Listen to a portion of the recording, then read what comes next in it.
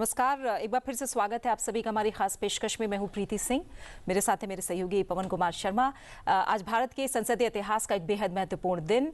हमने देखा कुछ ही देर पहले प्रधानमंत्री नरेंद्र मोदी ने संसद परिसर के संविधान सदन के सेंट्रल हॉल से 28वीं conference of speakers and presiding officers of the Commonwealth यानी CSPOC का उद्घाटन किया। प्रधानमंत्री ने अपने संबोधन में लोकतंत्र की मजबूती, संस्थागत विश्वास और पार्लियामेंट को फ्यूचर रेडी बनाने की जरूरत पर जोर दिया। आज 42 राष्ट्रमंडल देशों और 4 अर्ध स्वायत्त संसदों के 61 स्पीकर्स और प्रिजाइडिंग ऑफिसर्स दिल्ली में मौजूद हैं। CSPOC सिर्फ एक कॉन्फ्रेंस नहीं बल्कि ग्लोबल डेमोक्रेसी का कलेक्टिव रिफ्लेक्शन बन गया है। तो पवन, आज काफी अहम बातें हैं जो प्रधानमंत्री नरेंद्र मोदी ने अपने संबोधन में कही हैं। जी बिल्कुल प्रीति, आपने सही बात कही कि प्रधानमंत्री ने बहुत जो अगर बड़ी बात कही है वो ये है कि भारत की जो विविधता है, डाइवर्सिटी है, वो सबसे बड़ा फोर्स है डेमोक्रेसी के लिए। यही बात उन्होंने एस्टेब्लिश की और हम सुन लेते हैं कि प्रधानमंत्री ने क्या कहा जो है इस डेमोक्रेसी को लेकर और भारत की अचीवमेंट्स को लेकर अब तक जो एक लोकतंत्र के रूप में भारत ने प्राप्त की हैं उपलब्धियां। आइए सुनते हैं ये बाइट। फ्रेंड्स, जिस स्थान पर आप सभी बैठे हैं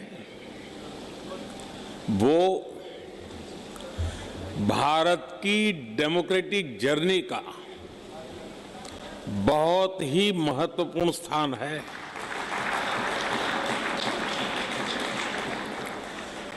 गुलामी के आखिरी वर्षों में जब भारत की आजादी तय हो चुकी थी, उस समय इसी सेंट्रल हॉल में भारत के संविधान की रचना के लिए संविधान सभा की बैठकें हुई थी। भारत की आजादी के बाद 75 वर्षों तक ये इमारत भारत की संसद रही और इसी हॉल में भारत के भविष्य से जुड़े अनेक महत्वपूर्ण निर्णय, अनेक चर्चाएं हुई। अब लोकतंत्र को समर्पित इस स्थान को भारत ने संविधान सदन का नाम दिया है। कुछ समय पहले ही भारत के संविधान को लागू हुए 75 वर्ष हुए हैं। मैं इस संविधान सदन में आप सभी अतिथियों का आना भारत के लोकतंत्र के लिए बहुत विशेष है।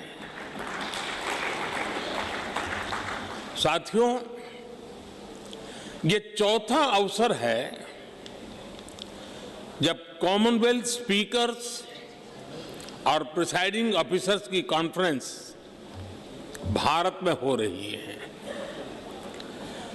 इस बार इस कॉन्फ्रेंस का मुख्य विषय effective delivery of parliamentary democracy है। आप सभी जानते हैं कि जब भारत आजाद हुआ तो उस दौर में ये आशंका व्यक्त की गई थी कि इतनी डाइवर्सिटी में भारत में लोकतंत्र टिक नहीं पाएगा। लेकिन भारत ने इसी डाइवर्सिटी को डेमोक्रेसी की ताकत बना दिया। एक सबसे बड़ी आशंका ये भी थी कि अगर भारत में लोकतंत्र अगर जैसे तैसे टिक भी गया तो भारत किसी भी हालत में विकास नहीं कर पाएगा। लेकिन भारत ने साबित किया कि डेमोक्रेटिक इंस्टीट्यूशंस और डेमोक्रेटिक प्रोसेसेस डेमोक्रेसी के स्टेबिलिटी, स्पीड और स्केल तीनों देते हैं। भारत दुनिया की फास्टेस्ट ग्रोइंग मेजर इकोनॉमी है। आज भारत में यूपीआई दुनिया का सबसे बड़ा डिजिटल पेमेंट सिस्टम है। आज भारत दुनिया का सबसे बड़ा वैक्सीन प्रोड्यूसर है। आज भारत दुनिया का नंबर 2 स्टील प्रोड्यूसर है। आज भारत में दुनिया का तीसरा सबसे बड़ा स्टार्टअप इकोसिस्टम है। आज भारत दुनिया का तीसरा सबसे बड़ा एविएशन मार्केट है। आज भारत में दुनिया का चौथा सबसे बड़ा रेल नेटवर्क है। आज भारत में दुनिया का तीसरा सबसे बड़ा मेट्रो रेल नेटवर्क है। आज भारत दुनिया का सबसे बड़ा मिल्क प्रोड्यूसर है। आज भारत दुनिया का दूसरा सबसे बड़ा राइस प्रोड्यूसर है। फ्रेंड्स, भारत में डेमोक्रेसी का अर्थ लास्ट माइल डिलीवरी है। तो हमने सुना कि प्रधानमंत्री ने जो कहा कि भारत में लास्ट माइल डिलीवरी, अंत्योदय जिसको हम कहते हैं, उसकी बात प्रधानमंत्री यहां कर रहे हैं। स्टूडियो में इस पर चर्चा के लिए हमारे साथ 2 मेहमान हमारे साथ हैं। डॉक्टर सुनील के चौधरी प्रोफेसर हैं पॉलिटिकल साइंस के दिल्ली विश्वविद्यालय में, और सजना शर्मा जी वरिष्ठ पत्रकार हमारे साथ हैं। मैं आपसे चौधरी जी आपसे जानना चाहूँगा कि जो प्रधानमंत्री कह रहे हैं कि चौथी अर्थव्यवस्था हम बन गए हैं, सबसे बड़े डिजिटल पेमेंट्स हो रही हैं और एक लोकतंत्र के रूप में हम सशक्त हो रहे हैं, और आशंका की बात भी उन्होंने की कि विश्व जो है आशंकित रहता था भारत के प्रति कि ऐसा होगा कि नहीं, हो पाएगा कि नहीं। पर 18 इलेक्शंस, 18वीं लोकसभा है, इतने जनरल इलेक्शंस हो चुके हैं, बल्कि कई देशों में हमने देखा, भारत के आस पड़ोस की अगर हम बात करें तो वहाँ स्थितियाँ अलग हैं, पर भारत एक लोकतंत्र के रूप में, मदर ऑफ डेमोक्रेसी तो है ही, पर सफल लोकतंत्र भी है। आप क्या कहना चाहिए प्रधानमंत्री के संदर्भ में जो कहा?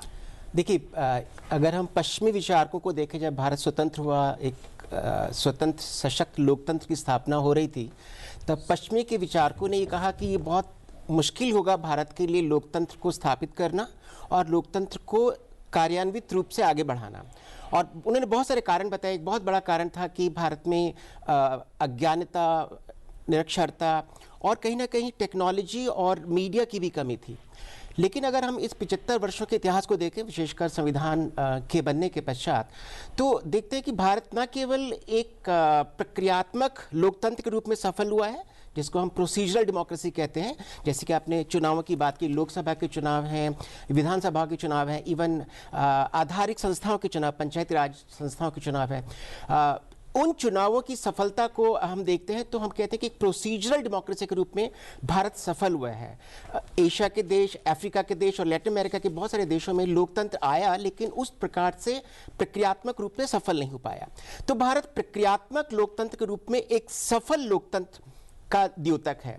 लेकिन इसके साथ जो बहुत महत्वपूर्ण बात है कि लोकतंत्र केवल प्रक्रियाओं का ही खेल नहीं है, लोकतंत्र मूल्यों का भी एक प्रतीक है, जिसको मूल्यात्मक लोकतंत्र कहते हैं। अर्थात प्रोसीजरल डेमोक्रेसी से हम सब्सटेंटिव डेमोक्रेसी की तरफ आ गए हैं, और उस सब्सटेंटिव डेमोक्रेसी के लिए जिसमें लोकतंत्र के जो मूल्य हैं, जिसमें समानता है, स्वतंत्रता है, न्याय है, इन सब की प्राप्ति में जैसे असमानताएं कम हुई हैं, भारत का आर्थिक विकास, सामाजिक विकास, सांस्कृतिक विकास जिन सीमाओं तक पहुंचा है, वो इसका प्रतीक है कि भारत प्रक्रियात्मक लोकतंत्र के साथ साथ मूल्यात्मक लोकतंत्र में भी बहुत अग्रणी रहा है। तो प्रधानमंत्री के भाषण से वही चीज नजर आती है कि कैसे विविधता से, डाइवर्सिटी से डेमोक्रेसी अब डिलीवरी की तरफ अग्रसर हो रही है।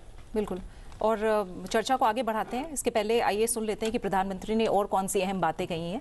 प्रधानमंत्री नरेंद्र मोदी ने देश में लोकतंत्र को सुदृढ़ करने में महिलाओं की बढ़ती भागीदारी की प्रशंसा की है। हम एक लोक कल्याण की भावना से हर व्यक्ति के लिए बिना किसी भेदभाव के काम कर रहे हैं और इसी लोक कल्याण की भावना के कारण बीते कुछ वर्षों में भारत में 25 करोड़ लोग गरीबी से बाहर निकले हैं। In India democracy delivers.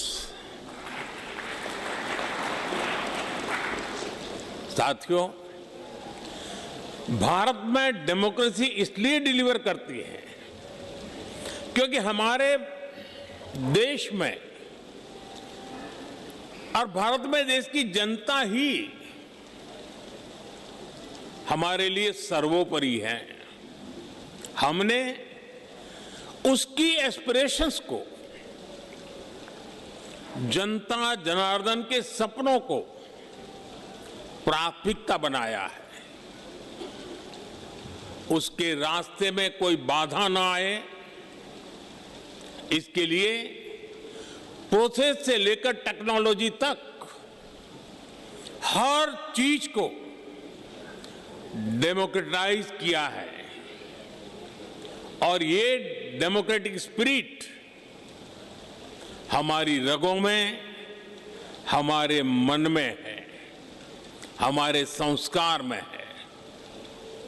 मैं आपको एक उदाहरण देता हूं। कुछ साल पहले पूरा विश्व कोरोना की आपदा से जूझ रहा था। भारत में भी संकट कम नहीं था, लेकिन उन चुनौतियों के बीच भी भारत ने 150 से ज्यादा देशों को दवाइयां और वैक्सीन पहुंचाई।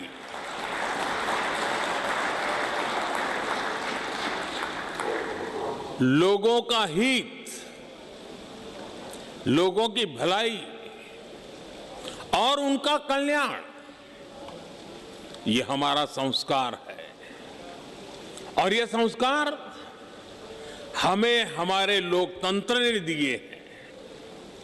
Friends, many of you know India as the world's largest democracy. Truly, the scale of our democracy is extraordinary. Consider India's general elections held in 2024.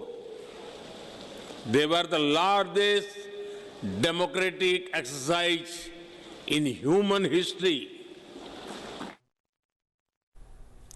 सर्जना जी, एक बार फिर से हमने प्रधानमंत्री को सुना कि किस तरह से भारत में जनता सर्वोपरि है और जो डेमोक्रेटिक स्पिरिट है वो हमारी जड़ों में कहीं ना कहीं है। आज जब दुनिया भर के देशों में हम देख रहे हैं कि लोकतंत्र पर सवाल उठ रहे हैं, पार्लियामेंट पर ट्रस्ट का खतरा दिखाई दे रहा है, कई देशों में हम देख रहे हैं, ऐसे में भारत में CSPOC का सम्मेलन होना और यहाँ से जो मंथन होकर निकलेगा और भारत एक, मैं कहूँ, दिशा दिखाते हुए कहीं ना कहीं कई लोकतंत्रों को दिखाई दे रहा है, तो ये कितना अहम हो जाता है पड़ाव? आपने सही कहा कि भारत दुनिया के देशों को लोकतंत्र की राह दिखाएगा और सशक्त भी करेगा। केवल राह नहीं दिखाएगा, उसको सशक्त भी करेगा। और अगर हम अपने ही आसपास देखें, आज देखिए बांग्लादेश में क्या हो रहा है, पाकिस्तान में क्या हो रहा है, नेपाल में किस तरह से जनता अपने नेताओं के लाइफस्टाइल से परेशान होकर और अपने दुखों से परेशान होकर कैसे सड़क पर उतरी। और आप देखिए कि मोदी जी ने, हमारे प्रधानमंत्री जी ने जो स्पीच दी, उसमें कल, आज और कल, ऋग्वेद से लेके AI तक एक उन्होंने पूरे प्रोसेस को कवर किया अपनी स्पीच में। उसमें उन्होंने भूत, भविष्य, वर्तमान तीनों चीज़ों को शामिल किया और उसमें उन्होंने सबसे जो जीस्ट बताया, उन्होंने कहा कि भारत में डेमोक्रेसी का मतलब है लास्ट माइल डिलीवरी, अंत्योदय। जो व्यक्ति पंक्ति में सबसे अंतिम है या जिसके पास जो वंचित है, अभाव है, उस व्यक्ति तक पहुंचना ही सबसे बड़ा लोकतंत्र है। और लोकतंत्र के बीच में क्या है, जो हर व्यक्ति के लिए लोक कल्याण की भावना, उसमें भी किसी के साथ भेदभाव नहीं होना चाहिए। और जनता, जिस देश को आप, जिस जनता को आप रिप्रेजेंट कर रहे हो, उसके आकांक्षाओं को, उसके सपनों को पूरा करना, यही सबसे बड़ा लोकतंत्र है। और जब ये होता है तब जनता का आपके अंदर विश्वास होता है। जनता आपको अपना लीडर तभी मानेगी जब आप जनता के भी कल्याण की बात करो। केवल ये नहीं कि हमने अपने विदेशों में बैंक बैलेंस बना लिए, अपने बड़े महल खड़े कर लिए। जनता को क्या ज़रूरत है, जनता के लिए क्या करना। और एक चीज़ और आप देखिए कि जो हमारे यंग जनरेशन के लिए बहुत कुछ सोचा जा रहा है, यूथ के लिए कितनी सारी योजनाएं हैं, कितने स्टार्टअप हैं, उनको ट्रेनिंग है, उनके लिए अगर वो कुछ भी करना चाहते हैं, यहाँ तक कि आप देखिए जो अभी शांति बिल पारित हुआ है, उसमें अगर आप परमाणु की दिशा में भी कोई यंगस्टर काम करना चाहता है तो उसको भी सरकार मदद देगी। तो आप, ये एक बहुत बड़ा सफ़र मोदी जी ने जो तय किया ऋग्वेद से एआई तक का, और प्रोसेस ऑफ जो ये बताई है कि लोकतंत्र जो है, भारत का लोकतंत्र प्राचीन भी है और बीच में केवल 75 साल से हम गिनती नहीं करेंगे, हम ऋग्वेद से उन्होंने उठाया। तो ये जो सम्मेलन होगा, इसमें बहुत सी चीज़ों पर मंथन होगा। और उसमें और एक चीज़ उन्होंने जो सबसे इम्पोर्टेंट कही है, प्रीति जी, ये कही है, सीखने और सिखाने का समृद्ध क्रम होगा। ये कि उन्होंने ये नहीं कहा कि हम आपको सिखाएंगे, वो कह रहे हैं कि हम आपसे सीखेंगे भी और आपको सिखाएंगे भी। और साथ में एक चीज़ और उन्होंने जोड़ी अपने स्पीच में, कहा कि मैं पिछले अपने कार्यकाल में 20 कॉमनवेल्थ देशों में गया हूँ, वहाँ मैंने वहाँ की सांसदों को संबोधित किया है और मैंने वहाँ जाकर बहुत कुछ सीखा है। यानी कि उनको क्रेडिट दे रहे हैं, अपनी सुप्रीमेसी नहीं दिखा रहे हैं, क्योंकि सीखेंगे और सिखाएंगे। और सबके पास अपनी अपनी परंपराएं हैं और ये एक आदान प्रदान होगा, हम उनसे लेंगे और उनको देंगे। तो ये एक बहुत अच्छा, मुझे लगता है इसके जो परिणाम होंगे मंथन से जो भी निकलेगा वो बहुत अच्छे होंगे, विश्व की डेमोक्रेसी के लिए अच्छे होंगे। सर्जना जी की बात को आगे बढ़ाते हुए डॉक्टर सुनील जी, भारत जो है, जो CSPOC का आयोजन हो रहा है, एक तो सबसे बड़ी बात कि सबसे बड़ी संख्या, प्रेजेंस, लगभग 42 देशों के 60 से ज़्यादा पीठासीन अधिकारी और बाकी जो ऑटोनॉमस पार्लियामेंट से वो भी यहाँ पे शामिल है। सबसे बड़ी जमावड़ा भारत में। और दूसरी बड़ी बात कि G20 में हमने देखा था कि ग्लोबल साउथ का लीडर बन के भारत उभरा था। ऐसे देश जो अफ्रीका से हैं या जो कैरेबियाई देश है, बाकी देश है, उनका ट्रस्ट भारत के प्रति बढ़ा। और कोरोना के दौरान हमने देखा कि जब सप्लाई हुआ, एक देश के तो वहाँ के मुखिया ने पैर छू लिए मोदी जी के। तो कहने का मतलब ये है कि जो ग्लोबल साउथ की आवाज़ जो है वो भारत लगातार बन रहा है और उसके नेतृत्व के रूप में उभर रहा है। कितनी आशा आप देखते हो और इस आयोजन के बाद क्या मैसेजिंग जाएगी दुनिया के देशों को और सुपर पावर्स को भी? देखिए, मैं इस सम्मेलन को, Commonwealth conference of speakers and presiding officers के सम्मेलन को मैं 3 प्रकार से देखता हूँ। एक तो ये है कि ये एक निरंतरता का प्रतीक है, कंटिन्यूटी। और जैसा कि प्रधानमंत्री जी ने भी कहा कि पिछले 4 जो आयोजन हुए हैं और विशेषकर जो अक्टूबर 2023 में जो G20 के संदर्भ में P20 जो पार्लियामेंट्री स्पीकर्स का जो सम्मेलन हुआ था, तो कहीं ना कहीं ये उस निरंतरता का बोध कराता है कि हम उन पार्लियामेंट्री प्रैक्टिसेस को जो डेमोक्रेसी पर आधारित थी उसको और न केवल आगे लेके जाएंगे बल्कि उसको और सुदृढ़ करने का भी प्रयास करेंगे। दूसरी एक बहुत महत्वपूर्ण बात जो नज़र आती है वो आती है डाइवर्सिटी की। जैसा कि आपने भी कहा कि इसमें जो विविधता देखने को मिलती है, न केवल डेलीगेट्स और डिप्लोमेट्स हैं बल्कि गवर्नर जनरल्स भी हैं और मेंबर्स ऑफ पार्लियामेंट भी हैं। तो लगभग 41 देशों के 61 representatives जो कॉमनवेल्थ रिप्रेजेंटेटिव्स बिसाइड्स जो सेमी ऑटोनमस मेंबर्स भी हैं।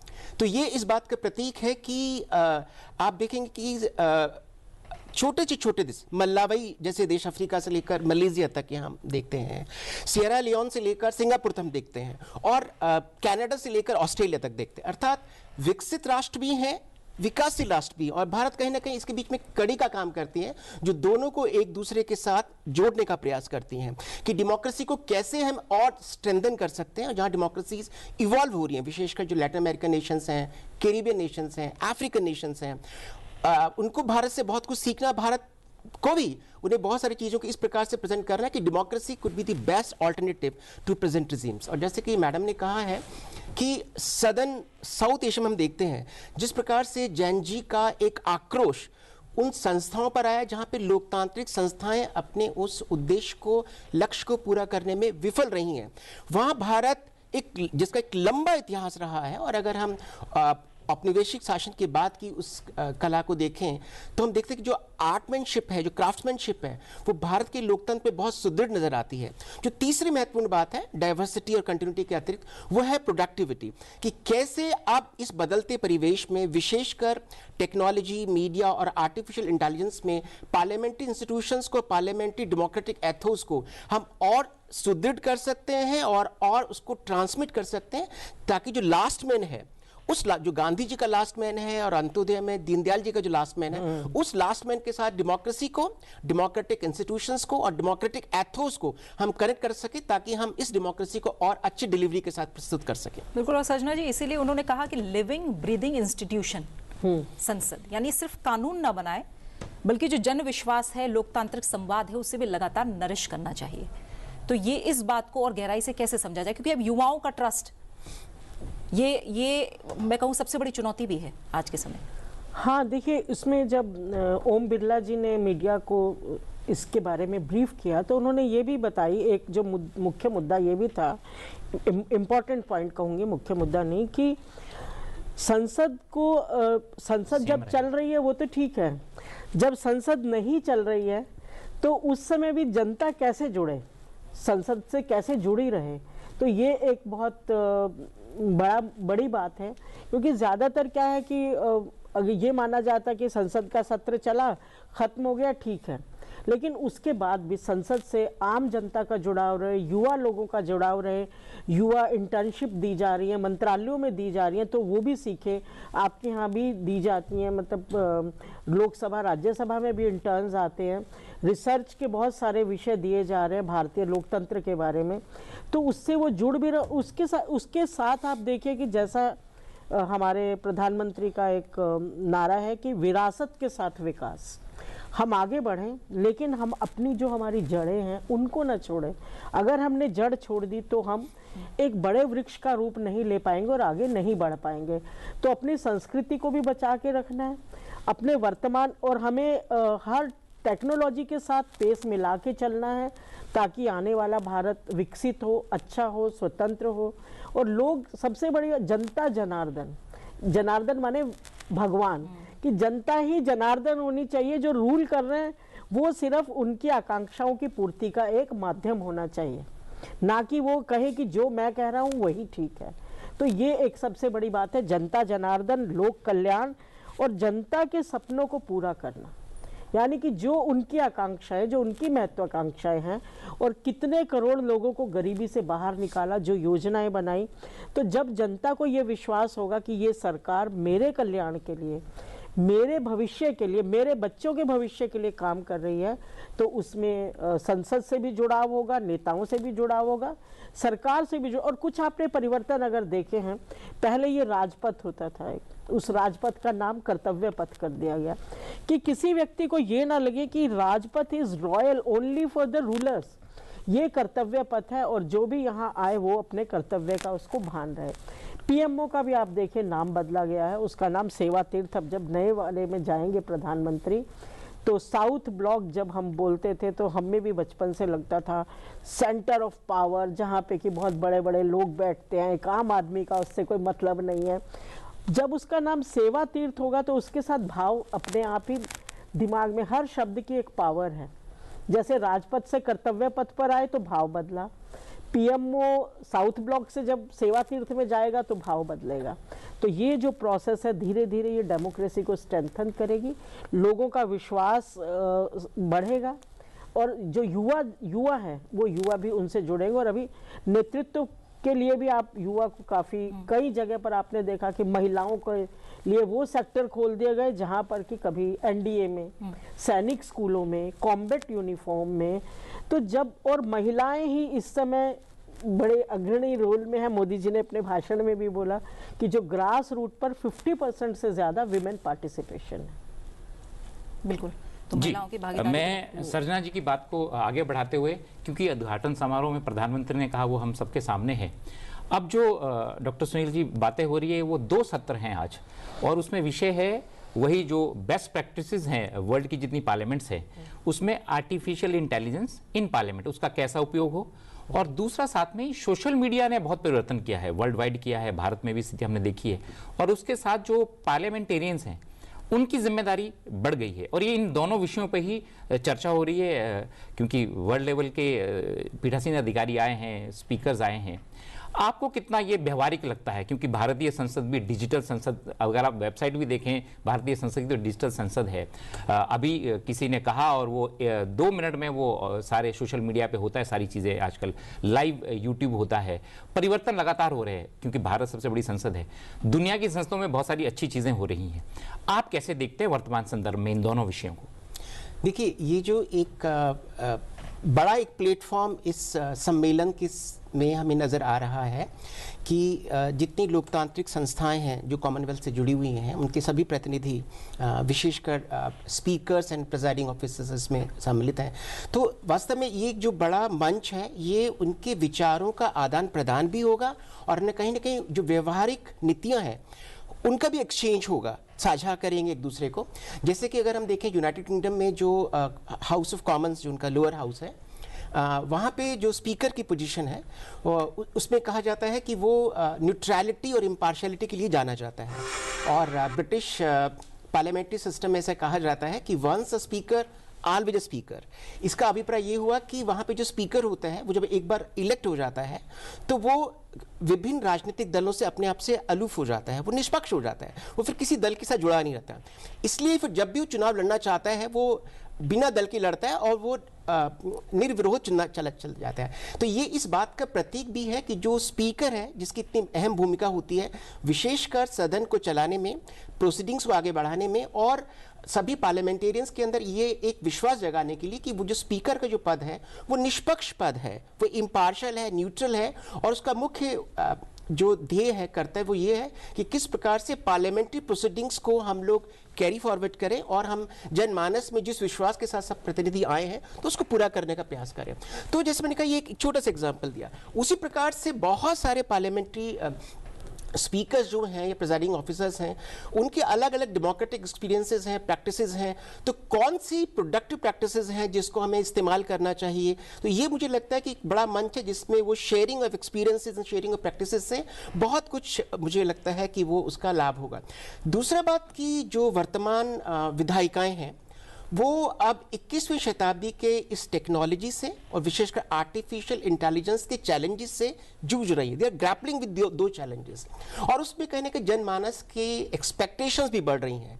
तो कैसे ये सभी विधायिका के चयनित प्रतिनिधि उन जन आकांक्षाओं के समकक्ष अपने कर्तव्यों को और कार्यों को एक दूसरे के साथ जोड़ सकें, और उत्तरदायित्वता का भाव और ट्रांसपेरेंसी का भाव कैसे और सुदृढ़ कर सकें, तो एक बहुत बड़ा चैलेंज और एक बहुत बड़ा मंच होगा इसमें।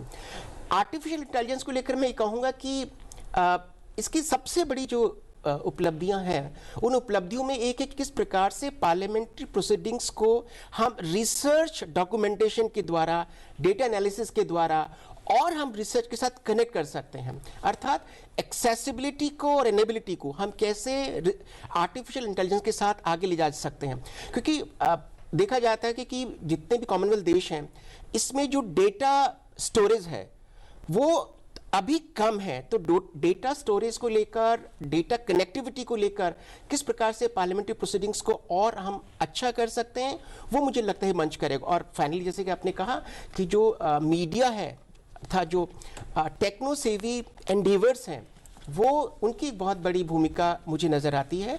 और आपने देखा कि कैसे भारत में 1951-52 में जो पहला लोकसभा का चुनाव हुआ था, 2024 में जो लोकसभा का चुनाव हुआ है, इसमें जो जन सहभागिता बढ़ी है, उसमें बहुत बड़ी जो भूमिका है, उसमें इलेक्ट्रॉनिक और प्रिंट मीडिया के साथ साथ जो सोशल मीडिया है उसकी बहुत बड़ी भूमिका है। पर हमें ये देखना होगा कि कैसे हमें इनके जो एडवर्स इम्पैक्ट है, इनके जो चैलेंजेस है, हमें कैसे उनसे बचना चाहिए, ताकि टेक्नोलॉजी का, मीडिया का और आर्टिफिशियल इंटेलिजेंस का जो प्रयोग है, हम सुशासन के लिए बेहतर तरीके से कर सकें।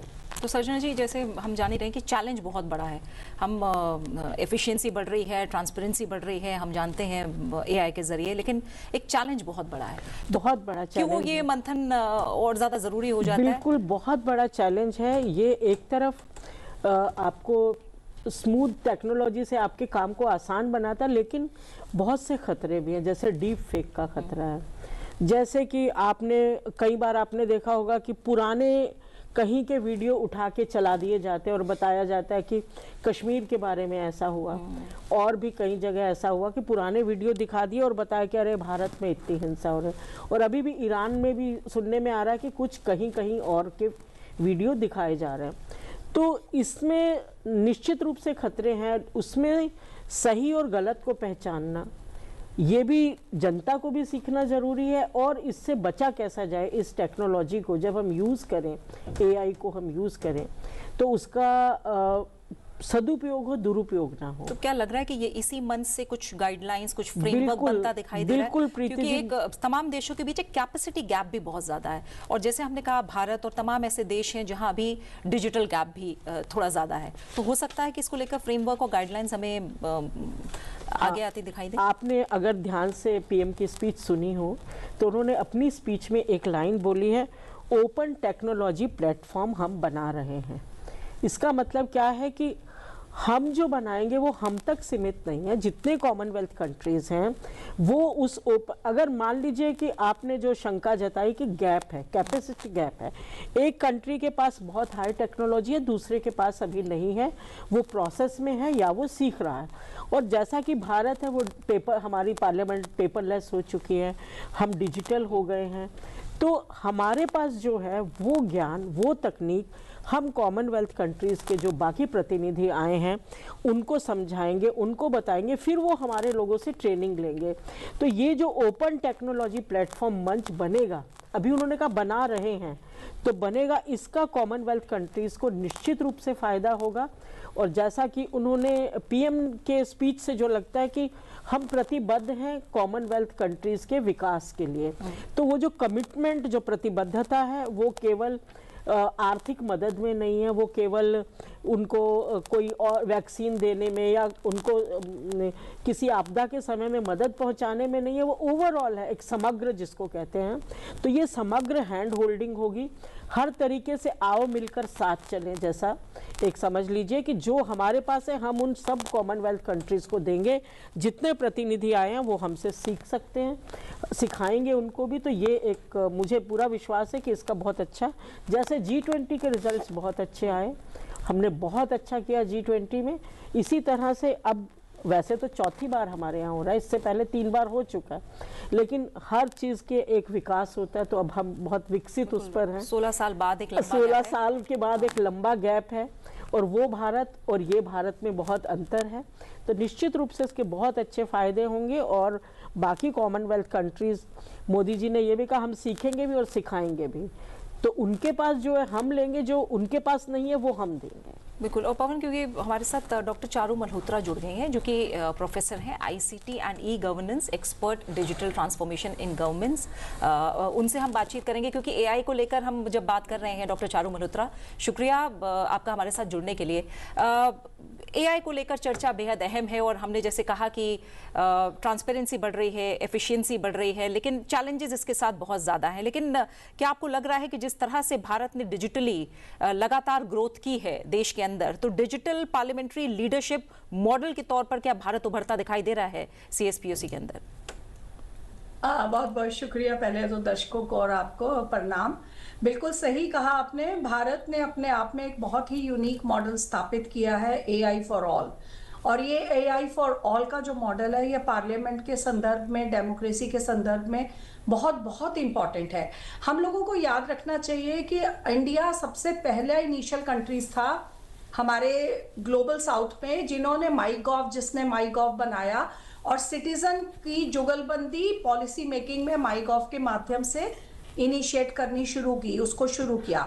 लेकिन इसके अलावा भी भारत सरकार ने NIC, ministry of electronics and IT इन सब के साथ बहुत सारे इनिशिएटिव्स बनाए हैं।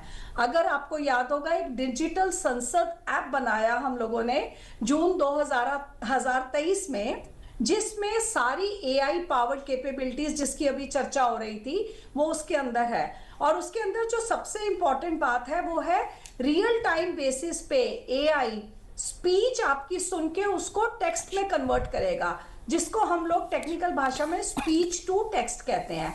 तो इससे आप देखिए शब्द बाय शब्द सारा बिना ह्यूमन एरर के एक्यूरेट ट्रांसक्रिप्ट आएगी सारे हमारे एमपीस के लिए, और आती है।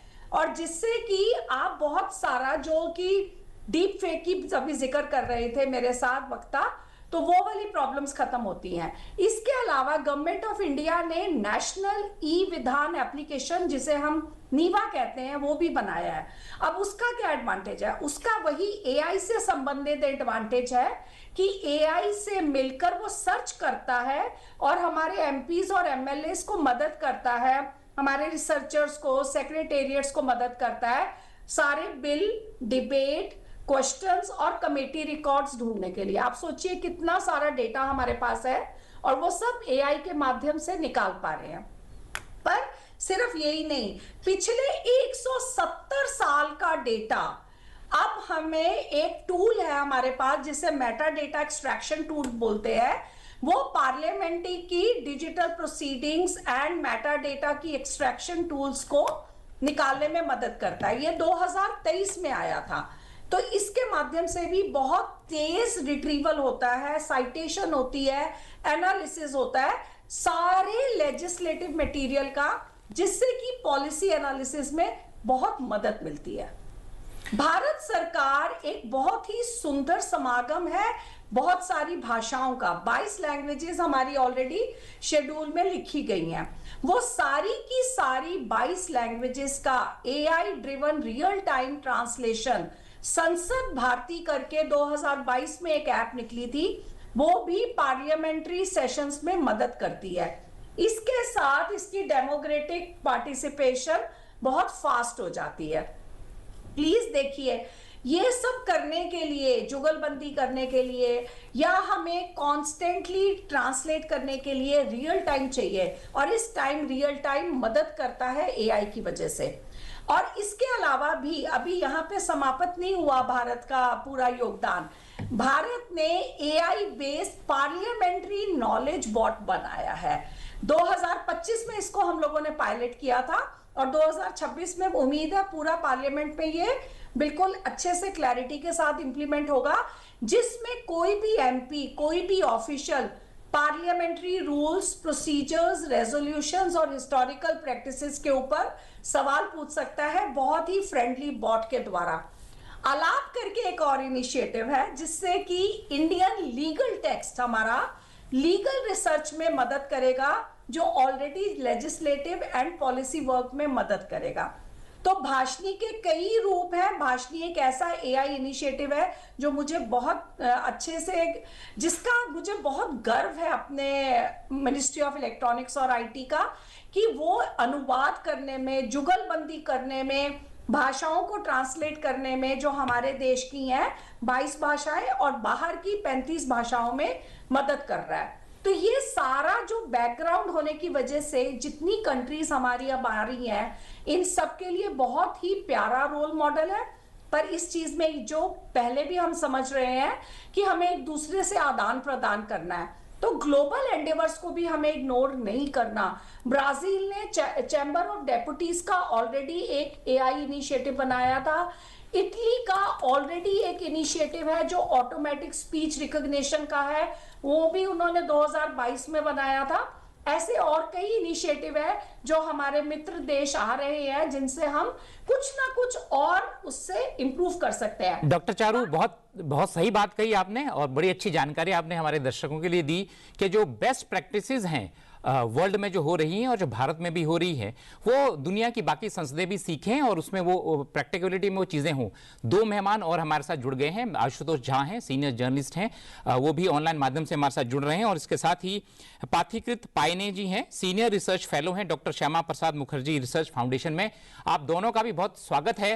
आशुतोष झा जी, आपसे मेरा सवाल है कि आप तो संसदीय प्रक्रियाओं को लंबे समय से देखते हैं, जो चीजें एआई को लेकर है, जो विषय हैं चर्चा के इस CSPOC में, आज जो दो चर्चाएं हो रही हैं एआई को लेकर और सोशल मीडिया को लेकर, और वो भी सारी पार्लियामेंटेरियन से संदर्भ में है, वो आप कितना परिवर्तन देखते हैं भारत के संदर्भ में और विश्व में भी? नहीं, देखिए, चारू जी ने तो बहुत डिटेल में बताया, कुछ चीजें ऐसी भी बताई जो अभी तक मेरे पास जानकारी नहीं थी। तो देखिए, हम लीड करने की स्थिति में है आज के दिन। एआई हो, दूसरे मॉडल्स, जैसा कि पीएम ने अपने स्पीच में बहुत क्लैरिटी के साथ किया था कि हम लीड करने की स्थिति में हैं, जहां की हम विश्व के लिए कुछ देंगे। एक जो इमेज बनी हुई थी इंडिया की ना, कि हम अब सिर्फ दूसरों से फॉलो करके हम बस सीखते हैं, उसको अपनाते हैं, और फिर आज के दिन हम देने की स्थिति में कि आप आइए, हम देंगे आपकी टेक्नोलॉजी, आप इसका उपयोग कीजिए। ये एआई का मॉडल जो आपने कहा, बहुत डिटेल में इन्होंने कहा। देखिए, जो मुझे लग रहा है कि इस पूरे सेशन का, जो कॉमनवेल्थ सेशंस होने हैं पार्लियामेंटेरियंस के, इसमें इंडिया के पर्सपेक्टिव से अगर हम पहले देखें तो क्या है, इंडिया के पर्सपेक्टिव से यह है कि जो इंडियन डेमोक्रेसी है और उसको जिस तरीके से पेंट किया जाता रहा था, इंडियन डेमोक्रेसी को अभी भी कोशिश होती रही है कुछ लोगों की ओर से कि इंडियन डेमोक्रेसी क्या है।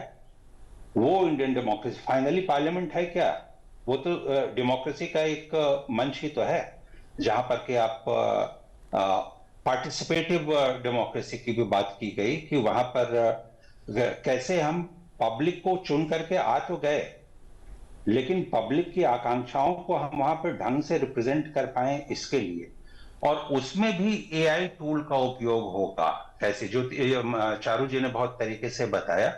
तो मुझे लगता है कि इंडिया ने अपने आप को वर्ल्ड लीडर्स के सामने, कॉमनवेल्थ लीडर्स के सामने इस तरीके से प्रेजेंट करके दिया है कि वो उनका विजन जो है इंडिया के बारे में, हालांकि बहुत कुछ क्लैरिटी है आज के दिन जिस तरीके से इंडिया ग्रो कर रहा है हर फील्ड में, even in the field of technology, वहां भी इंडिया से वो सीखेंगे। मुझे लगता है वो यहां से लेकर के ये चीजें जाएंगे। धन्यवाद जी। और पाथिकृत हम आएंगे एआई और सोशल मीडिया पर, लेकिन इस बीच अपने संबोधन में प्रधानमंत्री ने कहा सिटीजन एंगेजमेंट बियॉन्ड वोटिंग, इस बात पर उन्होंने जोर दिया है। कैसे आप इसे देखेंगे? पार्टिसिपेटरी डेमोक्रेसी की जब हम बात करते हैं तो क्या ये नए ग्लोबल फ्रेमवर्क की तरफ कहीं ना कहीं इशारा है?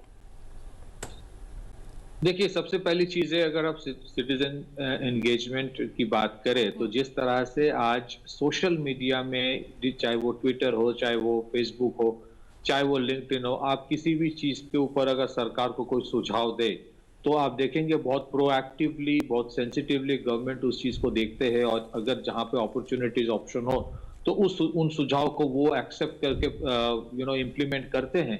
और ये एक बहुत बहुत क्रिटिकल इनिशिएटिव है, जहां पे आप देखेंगे, हालांकि ये फॉर्मल नहीं है, बहुत इनफॉर्मल है, लेकिन इसमें बहुत ऐसे उदाहरण है जहां पे गवर्नमेंट ने लोगों की, सिटीजन्स की इनिशिएटिव, व्यू पॉइंट्स को एक्सेप्ट करके पॉलिसी में रिफॉर्म लाए हैं। आज आप डायरेक्टली प्राइम मिनिस्टर को लिख सकते हो, प्राइम मिनिस्टर्स ऑफिस को। So that is what he meant by the citizen engagement. दूसरी चीज है कि ये सिटीजन एंगेजमेंट बहुत जरूरी इसीलिए भी है क्योंकि ये बहुत अहम है कि कोई भी देश में जहां डेमोक्रेसी है वहां पे लोगों की भरोसा उस डेमोक्रेटिक प्रोसेस और वो डेमोक्रेटिक सिस्टम, जिसका मतलब है पार्लियामेंट, उसके ऊपर रहे।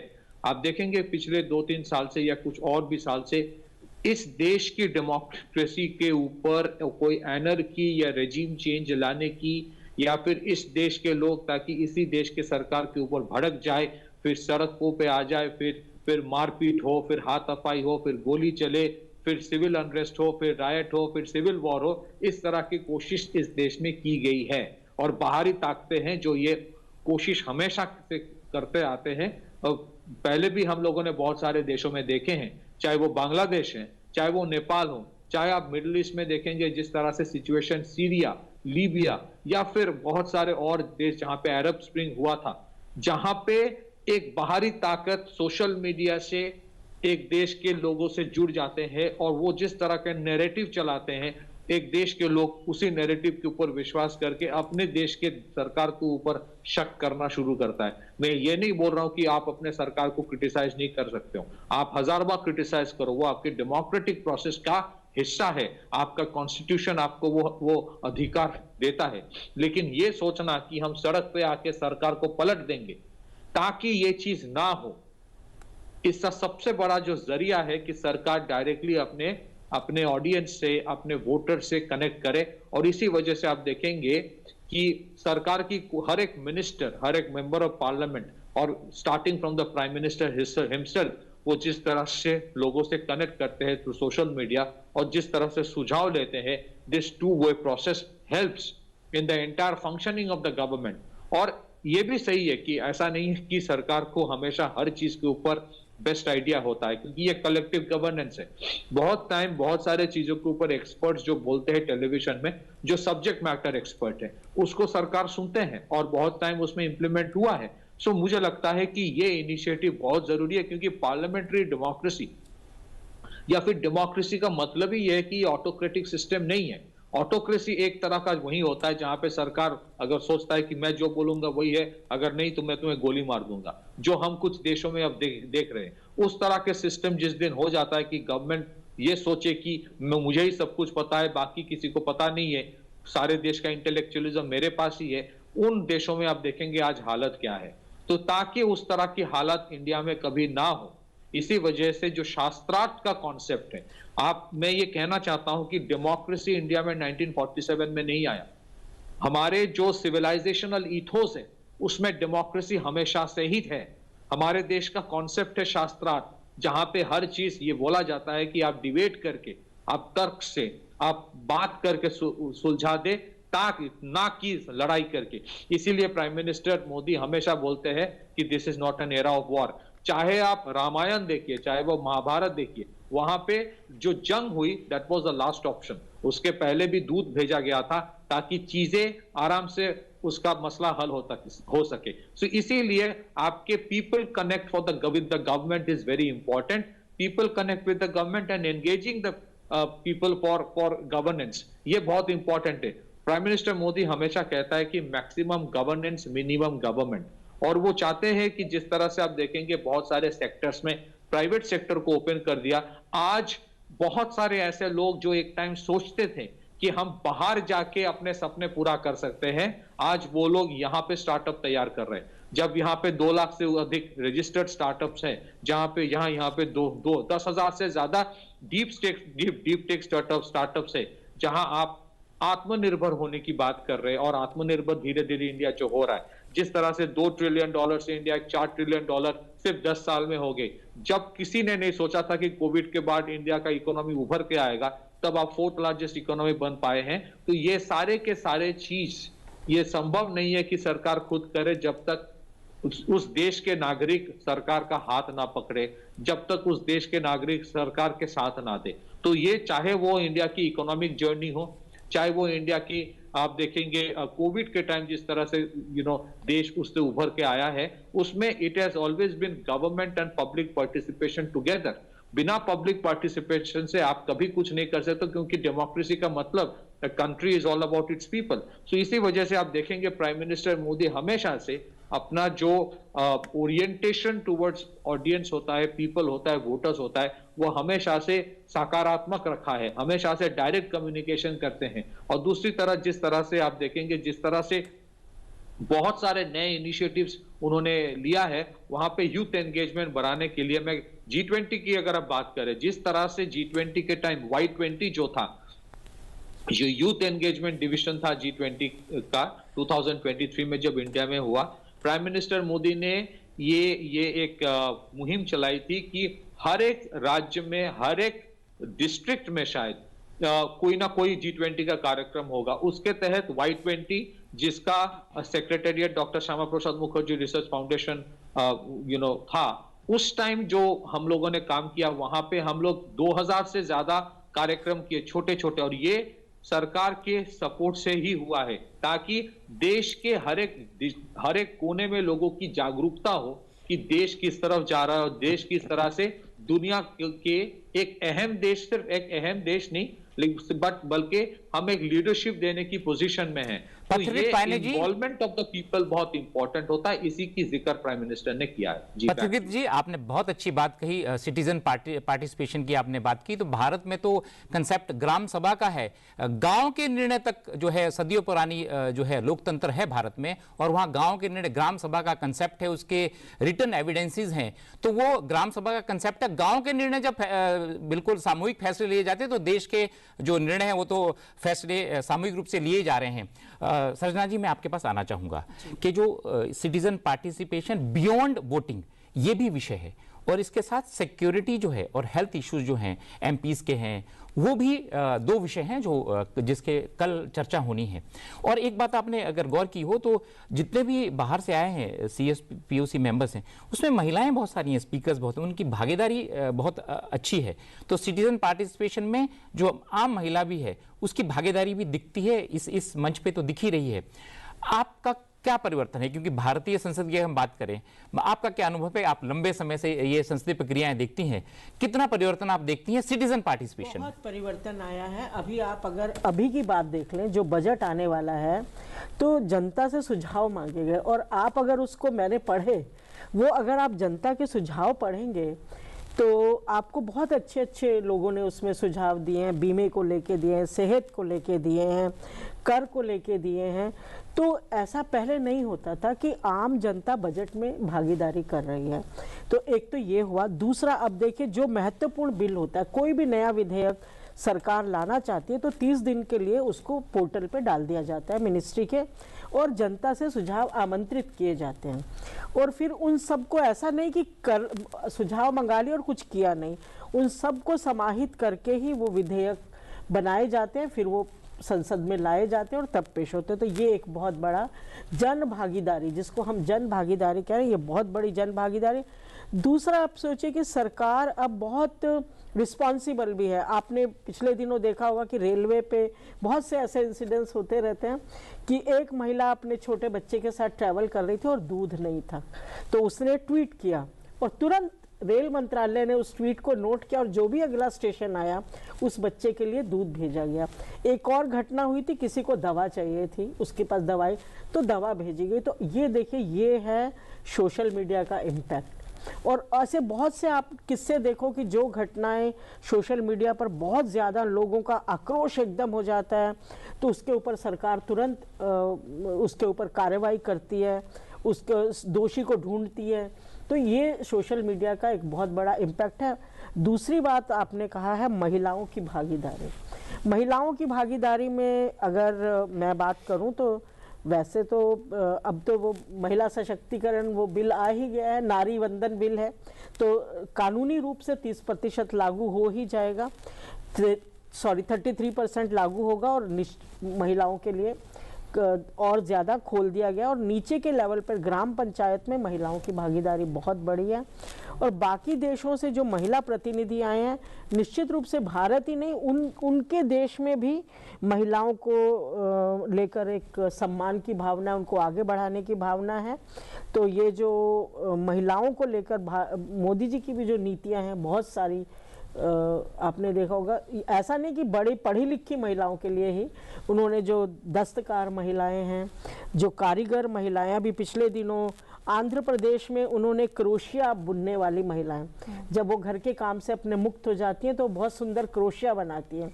तो अपने मन की बात में मोदी जी ने उसका जिक्र किया और कहा कि आंध्र गवर्नमेंट और केंद्र सरकार इनको एक मंच देगी और इनकी कला को प्रोत्साहन देगी। तो ये है going to the grass root for women development. बिल्कुल। और अब तो आगे चलकर कहा जा रहा है 2047 का जो विजन है वो विमेन लेड डेवलपमेंट की तरफ है। ये सबसे बड़ा कि विमेन नेतृत्व करेगी, वो उसमें खाली एक पार्टिसिपेंट नहीं होगी, she will lead the development of India. बिल्कुल। और इस विजन से और उसमें वो भी महिला शामिल है, वो सिर्फ ये नहीं कि एक वित्त मंत्री या शिक्षा मंत्री ही होगी, वो भी होगी जो अपने घर में बैठ के क्रोशिया बुन रही है, वो भी होगी जो मिथिला पेंटिंग बना रही है, वो भी होगी जिसको और बहुत सा, मान लीजिए कि वो सेल्फ हेल्प ग्रुप वाली जो महिलाएं हैं उनका भी करोड़ों का टर्नओवर आ रहा है। तो हर क्षेत्र से समग्र विकास केवल एक सेक्शन तक सीमित नहीं है, हर किसी का पार्टिसिपेशन। इसीलिए जो स्टार्टअप्स भी हैं उसमें देखिए कितने बड़े लेवल पर महिलाएं जो हैं उसमें सामने आ रही हैं। डॉक्टर चौधरी, अगर हम पार्लियामेंट्री ट्रेडिशंस की ही बात करें तो प्रधानमंत्री ने कहा कि ये इंक्लूसिव है और रिफॉर्म ओरिएंटेड है। इस वक्तव्य को आप कैसे देख रहे हैं? क्योंकि कहा जाता है कि जो सॉफ्ट पावर डिप्लोमेसी है वो भारत की एक बहुत बड़ी ताकत है, और जब हम रिफॉर्म्स को लेकर बात करते हैं तो ये प्रक्रिया निरंतर चलने वाली एक प्रक्रिया होती है, जिस तरफ भारत ने बहुत तेजी से अब कदम बढ़ाए हैं और एक बड़े विजन के साथ आगे बढ़ रहे हैं। तो इस स्टेटमेंट को आप कैसे देख रहे हैं? देखिए, जब आप इंक्लूसिव गवर्नेंस की बात करते हैं तो अगर हम पिछले 75 वर्षों की संसदीय कार्यप्रणाली को देखें तो ये 3 चरणों से होकर गुजरी है। पहला चरण जिसको हम पार्टिसिपेशन कहते हैं, participation of citizens as voters, तो ये सहभागिता बढ़ी है। अगर हम पहले चुनाव, लोकसभा का चुनाव 51-52 को देखें तो 46-47% सहभागिता थी, जो बढ़कर अब 67% तक हो गई है। तो भारत में लोकतांत्रिक प्रक्रियाओं में, लोकतांत्रिक संस्थाओं में नागरिकों की सहभागिता, चाहे वो मतदाता के रूप में या अन्य रूप में हो, वो बड़ी है। दूसरा जो महत्वपूर्ण चरण आया है वो विशेषकर 1980 के दशक से हम देख सकते हैं, जिसमें सहभागिता जो है प्रतिनिधिता में परिणित हुई, अर्थात कि पार्टिसिपेशन ने कैसे रिप्रेजेंटेशन को जन्म दिया, और वो रिप्रेजेंटेशन चाहे महिलाओं का हो, पिछड़े वर्गों का हो या अन्य सामान्य जन का हो, वो प्रतिनिधिता भारत की विभिन्न लोकतांत्रिक संस्थाओं में बड़ी है। यही कारण है कि जिसको हम द्वितीय लोकतांत्रिक उत्थान के रूप में देखते हैं, सेकंड डेमोक्रेटिक अपसर्ज। जो तीसरा महत्वपूर्ण फेज है जिसने पार्टिसिपेशन और रिप्रेजेंटेशन को इंटीग्रेशन के रूप में परिणत किया है, कि कहीं ना कहीं जो टॉप डाउन मेथड था वो बॉटम अप अप्रोच के रूप में चला गया है। यही एक इंक्लूसिव गवर्नेंस है, जब डेलिब्रेशंस और डिस्कशंस को गवर्नेंस का आधार माना जाता है। और अक्सर प्रधानमंत्री ने भी कहा था कि जो हमारा एक मूल मंत्र था अतिथि देवो भव, वो वर्तमान समय में नागरिक देवो भव के रूप में चलता चला गया। तो यही एक इंक्लूजन का पार्ट है कि जब एक नागरिक के आम मत को गवर्नेंस के साथ जोड़ा जाता है, और वो गवर्नेंस इंक्लूसिव इसलिए भी होता है क्योंकि ऑब्जेक्टिव है कि you do not exclude anybody, include everybody, including everybody without excluding anybody. That is the focus of inclusive governance. और जहाँ तक रिफॉर्म्स की बात है, हम देख रहे हैं कि हर सेक्टर में रिफॉर्म्स दिख रहे हैं, जो इकोनॉमिक सेक्टर है, टेक्नोलॉजिकल सेक्टर है, पॉलिटिकल सेक्टर है, सोशल सेक्टर्स है। और ये तो है कि अगर आप रिफॉर्म नहीं करेंगे तो फिर आप पैरिश कर जाएंगे। तो बदलते परिवेश में जिस प्रकार से परिवर्तन हो रहे हैं, विश्व स्तर पर जो परिवर्तन हो रहे हैं, चाहे वो टेक्नोलॉजी को लेकर है, मीडिया को लेकर है, आर्टिफिशियल इंटेलिजेंस को लेकर है, तो इन बदलते हुए परिवर्तनों को, बदलती परिस्थितियों में हमें अपने आप को एडहियर करना पड़ेगा और देखना पड़ेगा we shouldn't become vulnerable to that. तो उन बदलती परिस्थितियों में हमें अपने आप को बदलना पड़ेगा, और जितना हम इंस्टीट्यूशन, जैसे हमेशा कहा जाता है कि हर नागरिक राज्य की तरफ देखता है, राज्य नागरिक की तरफ देखता है, तो अब समय यह आ गया कि हम क्या कर सकते हैं, वो भी बहुत बड़े महत्वपूर्ण कदम होगा कि राज्य हमारे लिए क्या कर सकता है। जी, चर्चा को मैं आगे बढ़ाना चाहूँगा डॉक्टर चारू मल्होत्रा के साथ। डॉक्टर चारू, आप तो ई गवर्नेंस के एक्सपर्ट हैं, बहुत सारी योजनाएं भारत में चलती हैं आम जनता के लिए और विश्व के दूसरे देशों में भी चलती हैं। आप अपनी जानकारी से क्या बताएंगी हमें कि भारत में कैसी परिस्थिति हो रही है? ये सोशल मीडिया, एआई, इसने जो लेस गवर्नमेंट और मोर गवर्नेंस वाली बातें हैं, वो ई गवर्नेंस के माध्यम से कैसे आंकड़े हैं भारत में, वर्तमान के भारत में 2026 के भारत के क्या आंकड़े हैं? सर 2026 तो आपको अभी लग रहा है, पर 2019 में इंडिया ने अपने आप को सोशल मीडिया इलेक्शन के रूप में पूरे देश में और विश्व में कर दिया था, अपने आप को मतलब स्थापित कर दिया था। क्योंकि 2019 में हम लोगों ने कहा कि इलेक्शन में देखिए social media, data analytics, voter segmentation, यानी कि वोटर्स को डिफरेंट कम्युनिटीज में डिवाइड करना, उनकी टारगेटिंग, उनके कैंपेन, सब इंडिया में जनरल इलेक्शन में सोशल मीडिया के माध्यम से हुए। पर इसका क्रेडिट बीइंग अ प्रोफेसर, जैसे आपने कहा, ये मैं आपको बताऊंगी 2014 में बीजेपी ने शुरू किया था। 2014 में पहली बार बीजेपी ने व्हाट्सएप और ट्विटर यूज कर अपने पॉलिटिकल मैसेजेस जनता तक पहुंचाए थे। और उसी टाइम 2014 में उन्होंने एआई यूज करके वोटर्स को कम्युनिटीज में डिवाइड करके टारगेटेड कैंपेनिंग की थी। फिर 2018 में सर एक शक्ति ऐप बना था जिसमें कि जितने पार्टी वर्कर्स थे उनका डेटा कलेक्ट कर पता चला था कि वोटर्स की प्रेफरेंस कहां जा रही है और वॉलंटियर्स कितने काम कर रहे हैं। उस टाइम फेसबुक मैसेंजर बहुत यूज हुआ था। 2019 तक सब स्टेबलाइज हो गया। पर मैं आपको एक और तरफ लेके आऊंगी कि इसी दौरान 2020 में हमें डीप फेक की प्रॉब्लम समझ में आई कि दिल्ली के लेजिस्लेटिव इलेक्शंस में 2020 में, अगर आपको याद होगा, मनोज तिवारी जी का एक फेक वीडियो निकला था जो था, वो गलत था। लेकिन आपको अच्छी तरफ लेके आती हूं 2023 में। 2023 में प्रधानमंत्री मोदी जी ने भाषणी की मदद से काशी तामिल एक संगम हुआ था वाराणसी में, उसमें उनकी भाषा स्पीच जो थी, भाषण था, वो पहली बार हिंदी का और तमिल में रियल टाइम में ट्रांसलेट हुआ। तो देखिए, आप देखिए एआई पीछे काम कर रहा है और सोशल मीडिया आगे प्रचार का काम कर रहा है। तो ये दोनों का बहुत ही प्यारा समागम है, दोस्ती है।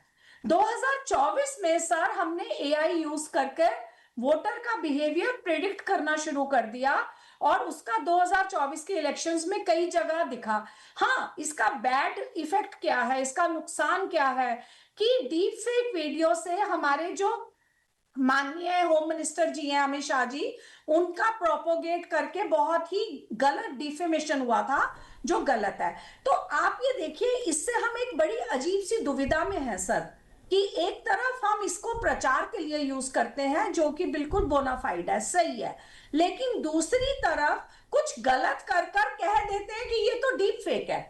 तो ये दोनों का जो ये कॉम्बिनेशन है, ये जो खतरा पैदा कर सकता है डेमोक्रेसी के लिए, उसके लिए मैं सभी सिटीजन्स को आगाह करूंगी कि वो अपने आप को इतना मेंटली प्रिपेयर करें, और इसका कोई एक्सक्यूज नहीं है कि वो नहीं कर सकते, क्योंकि सबके पास स्मार्टफोन है, सबके पास सोशल मीडिया है, कि वो आइडेंटिफाई करें कि ये चीज सोर्स पे अवेलेबल है कि नहीं, क्या ये वास्तव में हुई है कि नहीं, और ब्लाइंडली फॉरवर्ड्स ना करें। डीप फेक की प्रॉब्लम, जिसे हम एक लायर्स डिविडेंड की तरह भी देखते हैं बीइंग प्रोफेसर्स, वो भी मल्टीप्लाई होती है जब सिटीजन बिना सोचे समझे आंखें बंद कर इलेक्शन के सरूर में चीजें फॉरवर्ड करने लग जाते हैं, वेरीफाई नहीं करते, सोर्स पे नहीं जाते। आपको याद होगा सर, नवंबर 2023 में एक छोटी सी 23 साल की लड़की, उसका नाम था द्वारका या कुछ ऐसा नाम था, वो डॉटर थी तमिल टाइगर मिलिटेंट चीफ की, उसकी एक स्पीच बहुत प्रोपोगेट हुई थी, और वो जो लड़की थी वो वास्तव में 2009 में मर चुकी थी, श्रीलंकन सिविलियन वॉर में मरी थी, और जिसका बॉडी भी नहीं मिला था। तो आप इस तरह के डीप फेक का पॉजिटिव नेगेटिव दोनों इंपैक्ट देख सकते हैं, और इंडिया को इस टाइम 1.4 बिलियन को याद रखना है, सबका साथ, सबका विकास और सबका प्रयास। मल्होत्रा, आपने बताया कि बिल्कुल इसका उजला पक्ष बहुत अच्छा है, लेकिन जो चैलेंजेस हैं, जो चुनौतियां हैं, उन पर मंथन करना CSPOC में भी काफी अहम साबित होगा। पथिकृत जी, क्योंकि प्रधानमंत्री ने कहा कि युवाओं को लोकतंत्र से जोड़ने की आवश्यकता है, हम सबसे ज्यादा युवा आबादी वाले देश भी हैं। अब जब पार्लियामेंट्री रिफॉर्म्स को लेकर खास तौर से बात होती है, तो क्या आपको लगता है कि जो यूथ एक्सपेक्टेशंस हैं और डिजिटल हैबिट्स हैं, उन्हें ध्यान में रखकर कहीं ना कहीं बहुत कुछ डिजाइन किया जा रहा है, और चैलेंजेस को भी क्या उतनी गहराई से समझा जा रहा है? देखिए, आज से 20, 25 या 30 साल पहले जो एक नॉर्मल अर्बन सिटीजन इंडियन होता था, जो युवा होते थे, उनका एक ही लक्ष्य होता था, किसी तरह से एक IT का डिग्री लेके बाहर चले जाए।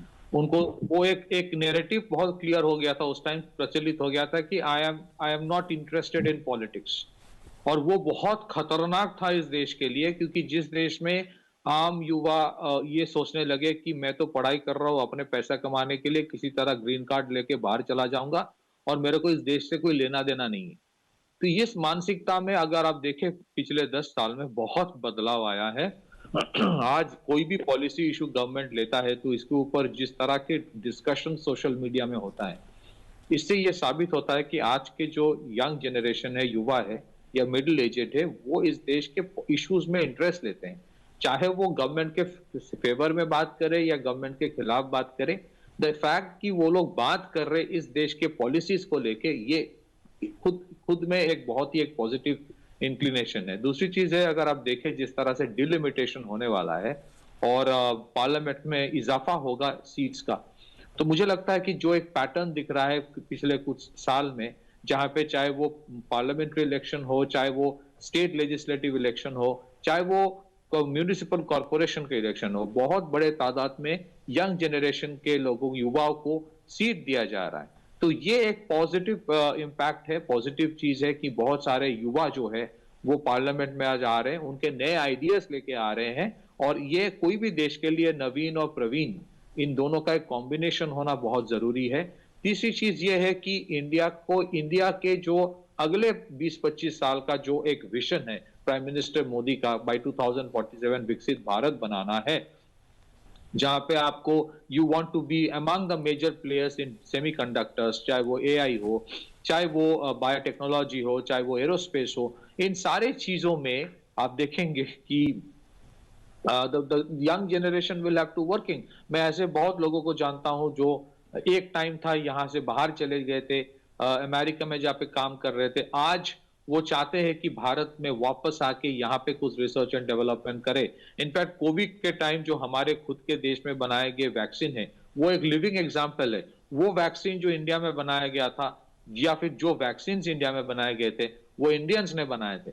उस तरह के पार्टिसिपेशन अगर इंडिया के इंडियंस नहीं करते, तो सरकार के लिए कोविड को लेके इस तरह से चैलेंज को झेलना, इस चैलेंज को से उभर के आना इतना आसान नहीं होता। तो जिस तरह से सबने मिलकर काम किया है, और last but not the least, कोई भी देश के एजुकेशन सिस्टम में अगर उस देश का culture, ethos, civilisation, philosophy, sense of history, ये सब चीजों की जिक्र ना हो, तो उस देश के बच्चों में पेट्रियोटिज्म नहीं आएगा। पेट्रियोटिज्म नहीं आएगा तो वो लड़े किस चीज के लिए?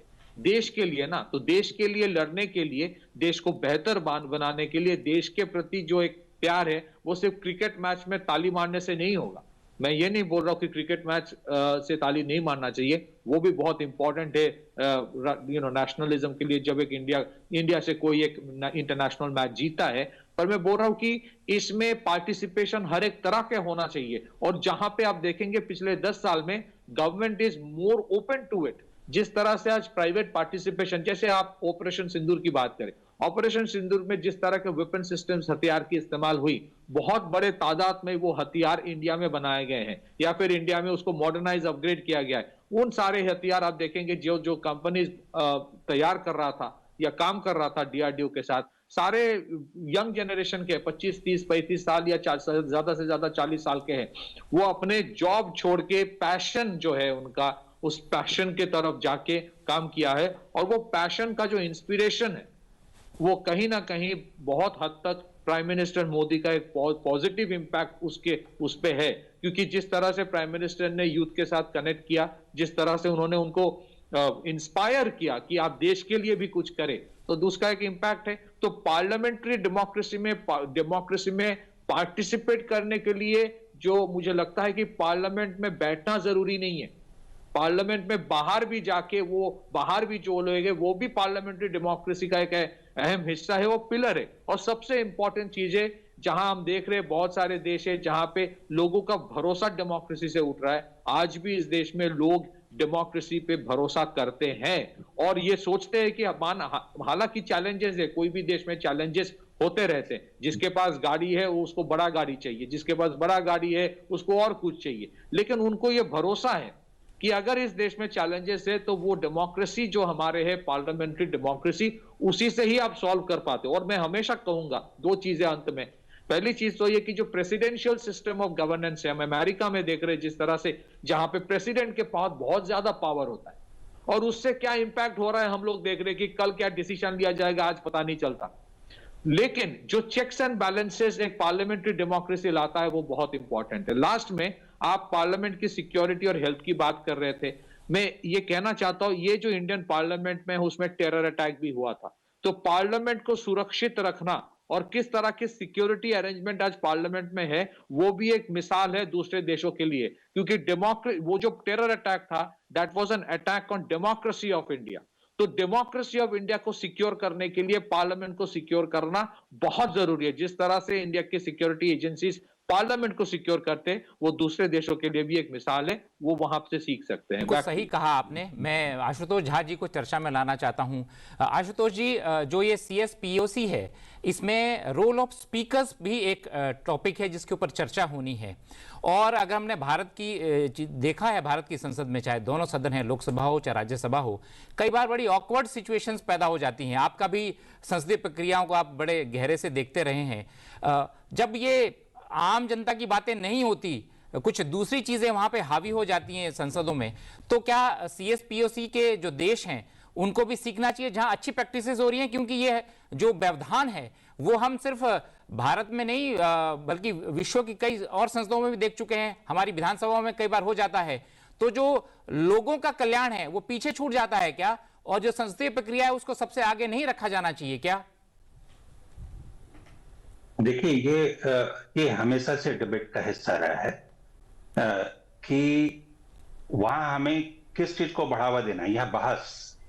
अब बहस को विवाद के रूप में अगर कोई लेने लगे कि बहस का मतलब विवाद भी होता है, तो वहीं गलती शुरू होती है। दूसरी बात,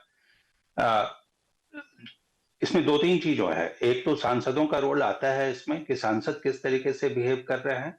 कई बार स्पीकर्स का भी रोल आता है। देखिए, आज PM ने बात कही कि स्पीकर बोलते कम हैं, सुनते ज्यादा है।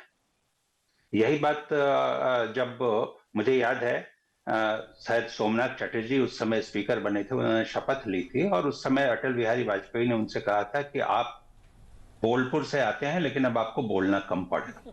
वो चूंकि ज्यादा बोलते थे, इंटरवेंशन उनका बहुत ज्यादा होता था। चीजें बदली हैं। आज आप देखिए, बहुत सारी ऐसी स्थिति है, हर पार्टी को और हर सदस्य को, बल्कि मुझे लगता है कि प्रेजेंट रेजीम में जब से ओम बिरला जी ने ये जिम्मेदारी संभाली है, नए जो मेंबर्स हैं उनको ज्यादा समय मिल रहा है। जो 0 आवर है उसको 2 बार किया जा रहा है कि एक बार 12 बजे शुरू किया जाता है, तो दोबारा फिर से शाम में कोशिश होती है कि और जो बचे हुए हैं मेंबर्स उनको। बेसिकली है क्या, जो बात लगातार हो रही है सारे डिस्कशन में, सारे हमारे जितने भी साथी हैं वो इस चीज को उठा रहे हैं, पार्टिसिपेटिव जो गवर्नेंस की बात है। अब वहां 0 आवर से लेके क्वेश्चन आवर तक और फिर बाकी जो बहस होती है लेजिस्लेशन को लेकर के, वहां फाइनली आप अपनी जनता की अपेक्षाओं को ही रख रहे हैं। परेशानी पिछले कुछ दिनों में ज्यादा ये आ रही है कि अपोजिशन, खास तौर से अपोजिशन जिम्मेदारी ये मानता है कि एज ए अपोजिशन हमारी जिम्मेदारी है विरोध कर। परेशानी यहां से खड़ी हुई है। और जाहिर तौर पर सरकार को भी थोड़ा सा इसमें कुछ समझना चाहिए, लेकिन ये लंबे समय का प्रैक्टिस चला आ रहा है कि भाई डेमोक्रेसी इज नॉट ऑलवेज कि भाई मेजॉरिटी। पार्लियामेंट में ठीक है कि मेजॉरिटी से ही सब चीजें डिस्कस तय होती हैं, लेकिन बहुत सारी चीजें होती हैं जो सर्वानुमति से तय करनी है। कुछ ऐसी चीजें होती हैं खासतौर से जो लार्जर पीपल रिलेटेड जो चीजें होती हैं उसमें। अब यहां पर मुझे इंडिया में भी लगता है, इंडिया में भी और दूसरे कंट्रीज में भी ये समझने की बात है कि जो बड़े इश्यूज हैं, जैसे अभी बहुत सारे बिल आए जिसमें की कोशिश हुई थी ये कि ज्यादा से ज्यादा बहस हो। अपोजिशन ने डिमांड की थी, लेकिन जब मौका आया उस समय शायद डिस्कशन से सब लोग बचने की कोशिश की, या जो बहस का मुद्दा था उसे छोड़ करके राजनीतिक मुद्दों पर चर्चा ज्यादा हो। इन चीजों को जब तक समझ डेवलप नहीं करेंगे, मुझे लगता है कि ये परेशानी लगातार बनी रहेगी। एक अच्छा इनिशिएटिव पिछले दिनों में मैंने देखा है कि शुरू किया गया है पार्लियामेंट में कि भाई अगर कोई बिल इंट्रोड्यूस हो रहा है तो मतलब ये दुखद बात है, लेकिन सच्चाई ये है कि भाई आप 15 साल 20 साल पुराना एक पार्लियामेंट देखें और उसके बाद हर साल जो 5 साल के बाद जो एक नई पार्लियामेंट आ रही है तो उसको देखें, तो कहीं न कहीं गुणवत्ता में कमी आती दिखेगी आपको, स्पीकर्स की गुणवत्ता में। बहुत फ्रैंकली मैं इसको बताना चाहता हूं। ठीक है तो इसलिए ये कोशिश हुई थी, कि भाई अगर कोई बिल इंट्रोड्यूस हो रहा है तो उस पे एक सेशन अलग से करके जो मेंबर्स हैं उनको समझाया जाए बिल के बारे में, ताकि वो बिल पर फोकस्ड हो और अवरोध कम। इन चीजों को देखिए पॉजिटिवली अगर सांसद भी लें तो बहुत कुछ बदलाव आएगा गुणवत्ता। धन्यवाद। बिल्कुल सर्जना जी, प्रधानमंत्री ने भी स्पीकर्स और प्रिजाइडिंग ऑफिसर्स की भूमिका को उन्होंने कहा कि गार्जियंस ऑफ डेमोक्रेटिक कल्चर। अब लग रहा है क्या कि जो प्रोसीजरल न्यूट्रलिटी से आगे जाकर अब कॉन्स्टिट्यूशनल या फिर कहें एक तरह से इंस्टीट्यूशनल क्रेडिबिलिटी तक ये रोल अब फैल चुका है? कितना बदलता रोल प्रिजाइडिंग ऑफिसर्स और अध्यक्ष? देखिए, अभी जैसे आशुतोष जी ने बहुत महत्वपूर्ण बातें कही हैं, क्योंकि वो भी एक बहुत वरिष्ठ पत्रकार हैं। अब होता क्या है कि विपक्ष की भी स्पीकर का रोल अच्छा रहे, या जो चेयरपर्सन है राज्यसभा के और यहाँ के स्पीकर, उसमें विपक्ष की बहुत अहम भूमिका है। अभी आप देखिए कि पिछले दिनों में, पिछले 1-2 साल में मैंने देखा कि हर रोज़ स्पीकर जो है वो पढ़ रहे हैं कि चेयरमैन पढ़ रहे हैं अंडर रूल 267 डिस्कशन, राज्यसभा की बात कर रही हूँ क्योंकि मैं राज्यसभा कवर करती हूँ, और अंडर रूल 267 में डिस्कशन के 40 नोटिस, 20 नोटिस, 50 नोटिस, और कोई उसके बारे में तत्व नहीं है, उसके अंदर कोई डेप्थ भी नहीं है और उसका बनता भी नहीं। अब naturally speaker will go by the rules of the house, जो रूल बुक है, जो नियमावली बनी हुई है, वो उससे जाएंगे।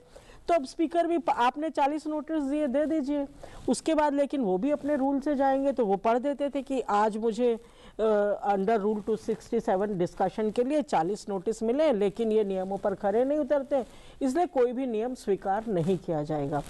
तो विपक्ष ये भी, उन्होंने कहा कि आप कोई और रूल बताइए। 267 का मतलब है कि पूरा बिजनेस सस्पेंड कर दीजिए, ना आप क्वेश्चन आवर चलाइए, ना आप 0 आवर चलाइए, ना किसी बिल पे चर्चा कीजिए, ओनली उसी विषय पर जो उन्होंने विषय दिया है।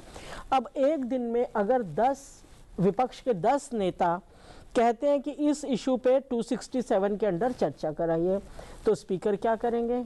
और जब स्पीकर रिजेक्ट करेंगे तो विपक्ष चिल्लाएगा कि ये तो सरकार के हैं। भाई सरकार के नहीं, आप भी सांसद हैं, और मैं ऐसे वरिष्ठ सांसद हैं, मैं किसी सांसद का नाम नहीं लेना चाहती हूँ, ऐसे ऐसे सांसद हैं जो 5वीं और 6ठी बार संसद में आए हैं और खुद मंत्री रह चुके हैं। उसके बावजूद वो नियमों को ताक पे रख के नोटिस देते हैं, नंबर 1। दूसरा ये है कि जो उनकी भूमिका तो तभी अच्छी होगी ना अगर आप भी नियमों के अनुसार आएंगे। भाई हर किसी को रूल फॉलो करना ना। अब आप यहाँ बैठी हैं तो आपको भी तो एक एंकर के रूप में कुछ मर्यादाएं, कुछ नियम पालन करने, तो यही सांसदों का भी ऐसे ही है। और दूसरी बात, आप थोप नहीं सकते अपनी चीज। अभी देखिए, तो जब इन्होंने बहुत शोर मचाया विपक्ष ने, तो 2 मुद्दों पर चर्चा हुई, 10 घंटे और 9 घंटे की चर्चा रखी गई। एंड आई वॉज सरप्राइज प्रीति कि जिस दिन SIR पर चर्चा थी राज्यसभा में, विपक्ष की बेंचेस खाली थी। तो इसका मतलब क्या है? वो सिर्फ बाहर तख्तियां लेके आते हैं और मीडिया के लिए बाइट देंगे और अपना वो विजुअल बनाए और चले गए। और अगर वो सचमुच गंभीर होते SIR पर चर्चा के लिए, विपक्ष का हर सांसद सदन में बैठा होता और वो बहस में पूरा हिस्सा लेता। तो ये जो आप भूमिका की बात कह रहे हैं ना, ये विपक्ष को और पक्ष दोनों का जब तक तालमेल नहीं होगा, विपक्ष को जो है, मैं भी पॉलिटिकल साइंस स्टूडेंट हूँ, तो शैडो कैबिनेट है विपक्ष। और अगर नेता ऑफ विपक्ष जो नेता है लोकसभा में, विपक्ष का नेता, वो बाहर जाकर अपनी सेना पर सवाल उठाए, अपने प्रधानमंत्री पर सवाल उठाए, अपने देश की चीज़ों को बाहर जाके क्रिटिसाइज करे, दिस इज़ नॉट डन। आपके जो भी मतभेद हैं देश के अंदर हो, आप संसद में जितना मर्जी क्रिटिसाइज कीजिए सरकार को, आपको जो कहना वो कीजिए, जो मर्जी संसद में, लेकिन बाहर जाकर इस बारे में देखिए, मैं ओवैसी साहब एक बार पाकिस्तान गए थे और पाकिस्तान टीवी ने पूरी कोशिश की कि वो भारत में मुसलमानों की दुर्दशा पर भाषण दे, लेकिन वो it is a wonderful speech worth watching जो उन्होंने दी। और फिर एक और हमारे कांग्रेस के महानुभाव सांसद गए थे 2, उन्होंने उनके विपरीत आचरण किया। तो ये विपक्ष की भूमिका पर स्पीकर की भूमिका बहुत डिपेंड करती है। डॉक्टर सुनील चौधरी जी, आपके कंक्लूडिंग रिमार्क्स चाहूँगा मैं अब कि जो जियो पॉलिटिक्स है आजकल वर्तमान में, अगर दुनिया की बात हम करें, उस समय में हम सभी जानते हैं अमेरिका ईरान क्या स्थिति है और बाकी देशों की जो स्थिति कैसी है, रशिया यूक्रेन वाली, उस समय में, ऐसे समय में, ये कंटेम्प्रेरी टाइम में ये चीज़ें हो रही हैं। ये जो CSPOC भारत में हो रही है और जिसका मेज़बान है भारत, सबसे ज़्यादा सदस्य आए हैं, इस पार्टिसिपेशन हुई है, कितना ग्लोबल इम्पैक्ट आप देखते हैं इसका? देखिए, ये इतने व्यापक स्तर पर डेलीगेशंस और डिप्लोमेट्स का उपस्थित होना इस कॉन्फ्रेंस में इस बात का द्योतक है कि भारत की लोकतांत्रिक विश्वसनीयता, डेमोक्रेटिक क्रेडिबिलिटी कितनी बड़ी है और कितनी महान है। भारत एक ऐसा राष्ट्र है जो संसदीय परंपराओं को, संसदीय प्रणालियों को और संसदीय आस्थाओं को संभाल के रखकर उनके साथ समन्वय, सहयोग और सामंजस्य के साथ काम करता है। उसी तरीके से हम दूसरी तरफ देखें, विश्व के जो बहुत शक्तिशाली देश हैं, मुझे लगता नहीं कि ऐसे जो बहुत महत्वपूर्ण फैसले होते हैं वो संसद में चर्चा के द्वारा लिए जाते हैं। चाहे वो जनाब अमेरिकन प्रेसिडेंट का जो भी उनके डेली जो उनके डिस्कोर्सेस होते हैं, उनकी स्पीचेस होती हैं, उनके डिक्लेरेशंस होते हैं, वो ऐसे लगता है कि कहीं ना कहीं वो प्रेसिडेंशियल डिक्लेरेशन जो इंडिविजुअल ओरिएंटेशन के साथ आ रहे हैं, उनका पार्लियामेंट्री संस्थाओं के साथ डिस्कशन के साथ कहीं लेना देना नहीं है। क्योंकि हर रोज जो ट्रम्प जी का डिस्कशन होता है वो मुख्य डिस्कोर्स बन जाता है, चाहे वो इजराइल को लेकर हो, चाहे वो ईरान को लेकर हो, पीछे वेनेजुएला को लेकर हो, या फिर इंक्रीजिंग टैरिफ्स को लेकर हो, 25%, 50%, 100%, 500%। तो मुझे लगता है कि भारत के इस पटल में जो सबसे खास बात वो है कि जो सहयोग, समन्वय और सामंजस्य है वो संसदीय प्रणाली का एक बहुत अहम हिस्सा, भारत की विश्वसनीयता इसी सहयोग, समन्वय और सामंजस्य पर टिकी हुई है। दूसरी बात, मुझे लगता है कि जब कॉलोनियल पीरियड में प्रेस आई थी तो उसका एक महत्वपूर्ण शीर्षक था अपोज अपोज अपोज। मुझे लगता है कि हमारे विपक्ष ने उस अपोज अपोज अपोज को ले लिया है, प्रपोज प्रपोज प्रपोज को उसने इग्नोर कर दिया। तो मुझे लगता है लोकतंत्रीय संसदीय संप्रभुता में बहुत आवश्यक है कि विपक्ष प्रपोज भी करे, अपोज भी करे, विरोध भी करे, अवरोध पैदा ना करे। और हम ये नहीं कहते, आलोचना जरूर करनी चाहिए, लेकिन अनफाउंडेड आरोप नहीं लगाने चाहिए। तभी मुझे लगता है संसद बहुत अच्छे प्रकार से काम कर सकती है। बिल्कुल। और CSPOC के मंच पर जो तमाम सत्र हैं, उम्मीद यही की जा रही है कि जो भी मंथन इसमें से होकर निकलेगा, जो भी फ्रेमवर्क तैयार होगा या कहीं गाइडलाइंस तैयार होंगी, वो एक, हम कह सकते हैं कि कॉन्फ्रेंस भर नहीं बल्कि जो 21वीं सदी की लोकतांत्रिक सोच है उसका कहीं ना कहीं एक डायरेक्शन सेटिंग मोमेंट कहा जा सकता है। बिल्कुल इस अहमियत को हम समझ सकते हैं। तो तमाम सत्र हैं, उन पर भी हम आगे लगातार चर्चा करते रहेंगे पवन। लेकिन फिलहाल जो अभी हमारी लाइव कवरेज है, अभी जो ये चर्चा का विषय रहा है, इसको हम यहीं विराम दे रहे हैं। डॉक्टर चौधरी आपका, सर्जना जी आपका बहुत बहुत शुक्रिया, साथ ही आशुतोष झा जी हमारे साथ जुड़े, आपका भी बहुत बहुत शुक्रिया। डॉक्टर चारू मल्होत्रा, बहुत बहुत धन्यवाद आपका इस चर्चा में जुड़ने के लिए। पथिकृत पाइने, बहुत बहुत शुक्रिया आपका भी हमारे साथ इस चर्चा में जुड़ने के लिए। तो संसद टीवी लगातार जो है CSPOC पे कवरेज जो जारी रहेगी, जो सत्र होंगे और कल भी जो वैलिडिटरी चीज़ें होंगी और बाकी भी लगातार इससे संबंधित जानकारी संसद टीवी आप लगातार देखते रहिए। नमस्कार। नमस्कार।